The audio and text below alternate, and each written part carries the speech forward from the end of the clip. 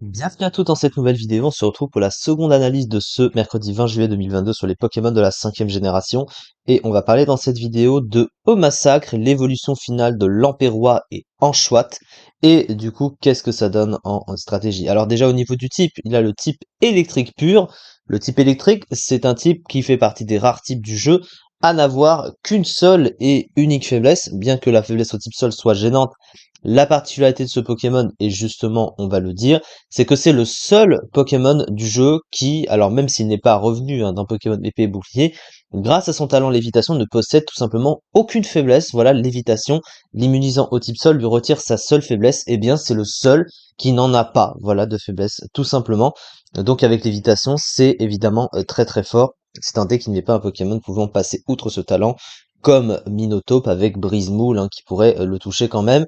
Mais au-delà de ça, c'est évidemment très très fort. À côté, il a du coup trois résistances, hein, électrique, vol et acier, donc c'est plutôt pas mal, surtout qu'avec son talent, il n'a aucune faiblesse du coup.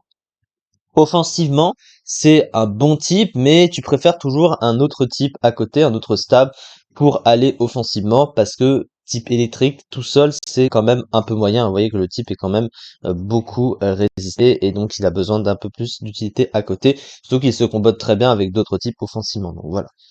Au niveau de ses statistiques, alors il a des stats offensives qui sont correctes sans être incroyables, hein, 115 en attaque et 105 en attaque spéciale. Alors il aurait préféré, c'est un peu le problème des types électriques, hein, échanger sa stat d'attaque avec sa stat d'attaque spéciale, parce que malheureusement, hein, c'est un peu à l'instar de d'autres Pokémon comme Elekap par exemple, hein, où il tape plus fort sur le physique, mais il a un move pool plus intéressant sur le spécial, et les types électriques offensivement en général sont plus intéressants à jouer spécial que physique, et malheureusement bah, il tape plus fort sur le physique alors qu'on va avoir plus d'utilité à jouer sur le spécial, donc ça c'est un problème. À côté de son bulk, il est correct, sans être exceptionnel, hein, 80 en défense, 85 en V, c'est voilà, c'est passable, hein, ça suffit. Pour un Pokémon offensif, ça tient. Et par contre, sa vitesse est très mauvaise, hein. 50 de vitesse, c'est vraiment très très lent pour un Pokémon offensif, et ça, c'est pas vraiment très très bon. Alors, son move pool, bah du coup, son move pool offensif est très bon, mais comme j'ai pu le spécifier, hein, il est plus intéressant à jeu spécial, hein. Il a beaucoup d'options offensives spéciales. Il a lance-flamme, giga sensu, ses attaques électriques évidemment. À côté, bon, il a des petites options physiques aussi, hein. Il a surpuissance, il a drain punch, il a dracogriffe, point de feu. Il a sabotage aussi également, éboulement. Donc il a des trucs. Il a aussi l'accès à demi-tour plus à changer clair. Donc il a deux moves de pivot, un physique, un spécial, et celui qui est spécial est stabé. Donc c'est vrai, c'est plutôt pas mal. Sur le plan du soutien, il a pas grand chose. Bon, voilà. Alors, il possède l'accès à enroulement quand même, qui lui permet de se setup, mais c'est sur le physique, pas sur le spécial.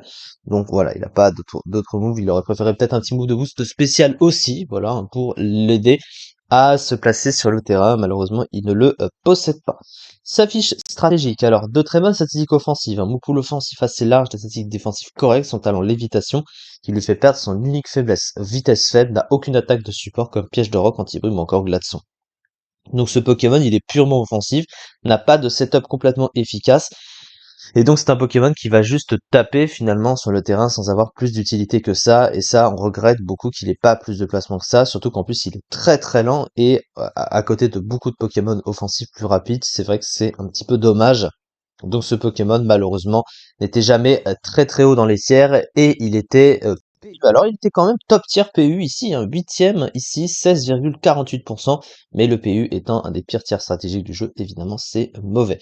C'est ça en tout cas pour cette vidéo, et on se retrouve pour la troisième et dernière analyse du jour sur les Pokémon de la 5e génération. Merci beaucoup de m'avoir suivi, et à très vite pour la suite.